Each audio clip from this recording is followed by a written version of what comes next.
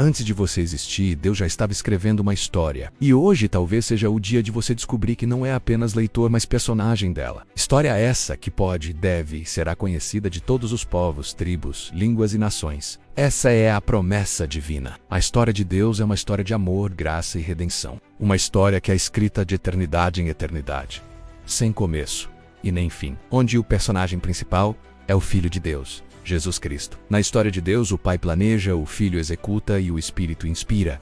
Sela a obra da criação, redenção e consumação. Essa história é dividida em 7 atos, são eles: eternidade da Trindade, a criação, a queda e promessa de redenção, Israel, Jesus, Espírito Santo e a Igreja, novos céus e nova terra. Cada ato narra uma peça do plano eterno de Deus e em cada linha revela seu eterno amor. Vamos conhecer um pouco mais da história de Deus e como fomos incluídos nela. Mas antes, não esquece de curtir o vídeo, comentar e compartilhar. Sem mais delongas, vamos à história de Deus. Primeiro ato da história de Deus: eternidade da Trindade. A história de Deus não começa em Gênesis 1 com a criação, ela começa na eternidade. Em João 1:1 diz que no princípio o Verbo Jesus já estava com Deus e era o próprio Deus.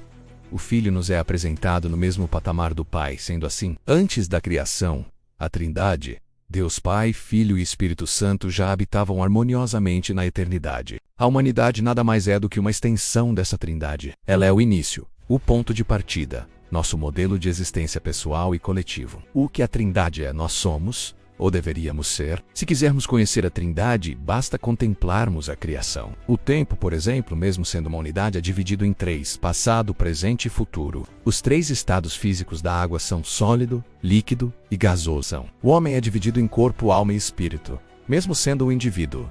De onde vem a ideia do 3 em 1? Na Santa Trindade é Deus quem planeja, o Filho quem executa e o Espírito é quem sela, confirma a obra da redenção. E esse é o primeiro capítulo da história de Deus. Segundo ato da história de Deus: a criação da humanidade. De onde nós viemos, por que existimos e para onde iremos? Essas perguntas têm sido feitas desde os primórdios da humanidade. E o segundo capítulo da história de Deus responde esses questionamentos muito bem. O segundo ato da história de Deus narra a obra-prima da criação, e nela, o ápice desta obra, o homem e a mulher.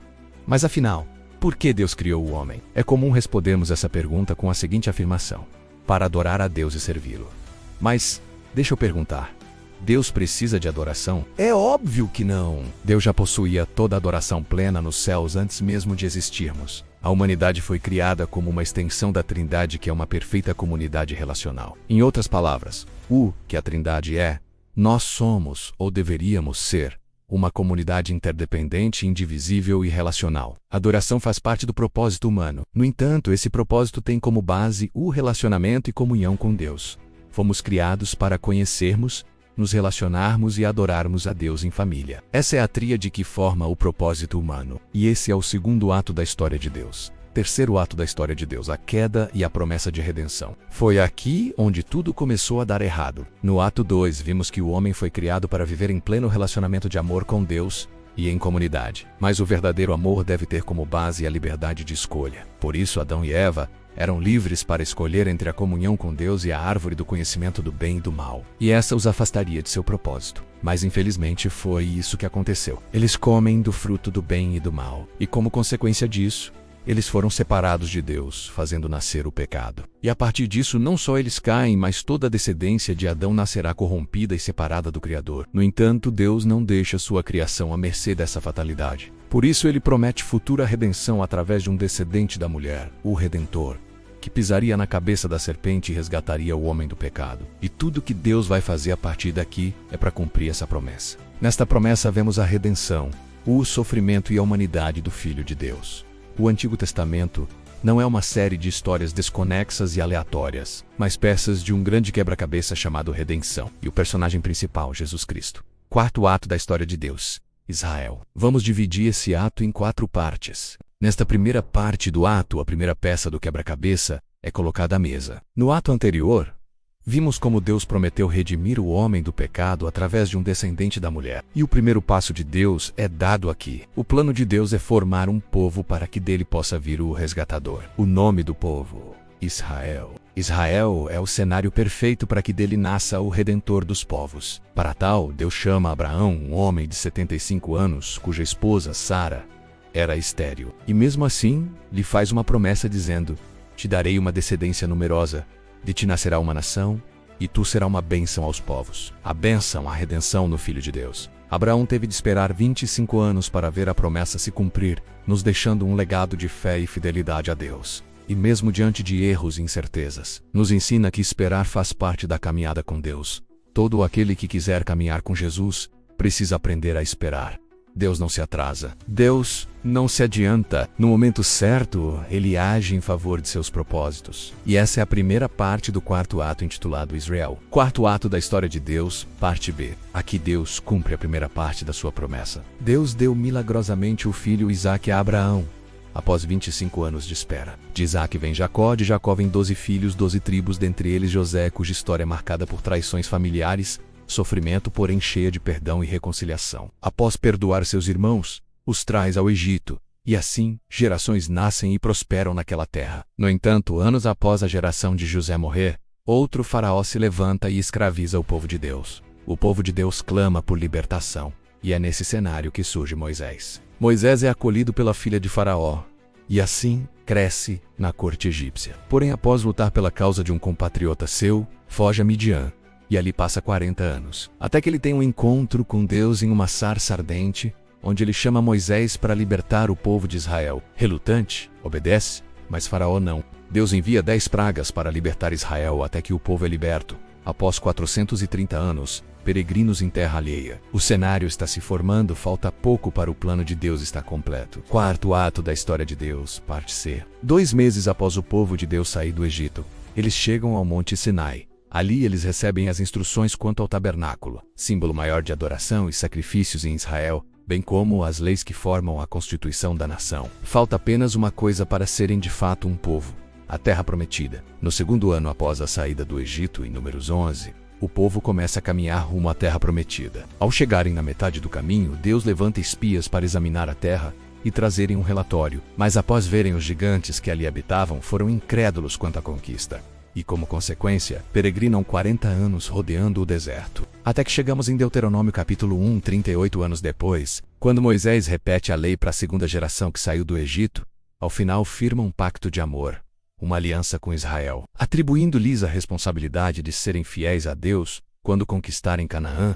Será que o povo de Deus foi fiel à aliança com Deus? Cenas dos próximos capítulos. Quarto ato da história de Deus. Última parte. Israel conquista a tão sonhada Canaã. Aproximadamente 500 anos depois de Deus prometer a Abraão que lhe daria uma descendência e uma terra, Deus cumpre sua promessa. Moisés morre e passa a liderança para Josué. O povo conquista Canaã, derrota seus inimigos, e no final da conquista, Josué, conhecendo o coração do povo, os chama a firmar uma aliança com Deus. Todos, a uma, reafirmam um pacto com Deus. Porém, a geração de Josué morre, e as gerações seguintes não conhecem ao Senhor porque não foram ensinadas pelos pais. Os pais negligenciaram Deuteronômio 6, que diz que os pais deveriam ensinar seus filhos a amar e obedecer a Deus. O povo adora outros deuses, dentre eles Baal, a abominação dos cananeus. Como consequência, experimentam juízos de Deus. Tudo consequência de Deuteronômio 28. Invasão inimiga, fome, pestilências. Deus levanta profetas para chamar o povo ao arrependimento, mas o povo não ouve. E a atacada final, o cativeiro babilônico. Esse é o fim de Israel? Com certeza não. O plano de Deus ainda está de pé. 70 anos depois, Deus os traz de volta. Mas mesmo assim, continuam a pecar contra Deus. A última palavra do Antigo Testamento, maldição. Essa é a condição do homem sem Deus. Ou Deus envia o Redentor, o descendente da mulher, ou a humanidade estará perdida. E esse é o tema do quinto ato da história de Deus. Quinto ato da história de Deus, Jesus, ápice dessa história. É aqui que a promessa se cumpre. Na plenitude do tempo, nasce o descendente da mulher, prometido no Éden, Jesus. Era impossível para o homem buscar a Deus, por causa do pecado. Por isso, ele nos buscou. A iniciativa partiu dele. Ele é o descendente da mulher de Gênesis 3,15, o Messias, o Filho de Deus, o segundo e perfeito Adão. Ele é Deus entre os homens. Não poderíamos conhecer a Deus por causa da separação que nos acometia. Por isso, ele se fez homem para se fazer conhecido. Como Lutero bem disse, os homens usam máscara para se esconder. Deus usou máscara para se revelar. Jesus, sendo Deus, nos revelou a natureza e caráter do Eterno Pai. Jesus, sendo homem, nos mostrou o que é ser humano. Ele é o modelo perfeito do que é ser humano na sua essência. Se o primeiro Adão pecou no jardim, O segundo Adão venceu no deserto. Jesus, sendo homem, não foi isento de tentações, mas mesmo tentado, as venceu. Jesus, sendo homem, não foi isento de sofrimento. Pelo contrário, sabe o que é sofrer. Ele nasceu, sofreu e morreu, mas ao terceiro dia, ele ressuscitou. Ele é o caminho para nos trazer de volta ao propósito perdido no Éden e, ao final, nos deixou uma missão. Missão essa, revelada no sexto ato, penúltimo ato da história de Deus, Espírito Santo e a Igreja. Após ressuscitar e passar 40 dias ensinando seus discípulos, Jesus sobe aos céus. Mas antes de ser assunto aos céus, deixa uma promessa e missão aos seus discípulos. Receberão poder ao receber o Espírito Santo e vocês serão testemunhas de Jesus. Sabe o que é mais interessante? A palavra poder vem do grego dynamos e quer dizer dinamite, bomba. Mas não a bomba que gera morte, mas que gera vida. E a palavra testemunhas vem do grego martúrias, que quer dizer mártires. Ou seja, todo discípulo de Jesus deve estar preparado para pregar e até sofrer pelo Evangelho. No entanto, o desafio não é sofrer, mas viver por ele. A história de Deus é uma história de redenção, mas também de envio. Deus enviou o Filho enviou o Espírito enviou a Igreja. Todo discípulo é um emissário enviado por Jesus. Essa é a nossa missão. Em Atos, o principal personagem não é a Igreja, Paulo ou Pedro, mas o Espírito Santo. É ele quem nos capacita a viver, pregar e até sofrer pelo Evangelho. E você?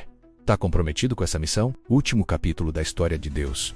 Novos céus e nova terra. Se nos 4 primeiros capítulos nós estávamos, no 5º e 6º nós estamos, mas no último capítulo nós estaremos no futuro. A história de Deus está completa. Este capítulo é chamado de Era de Tensão e acontece entre a primeira e segunda vinda de Cristo. O que antecede a volta de Jesus e os novos céus e nova terra são momentos tenebrosos. Palavras do próprio Jesus. O que precede a volta de Jesus não são tempos de paz, mas caos. Conflitos mundiais, fomes, terremotos, hostilidade, etc.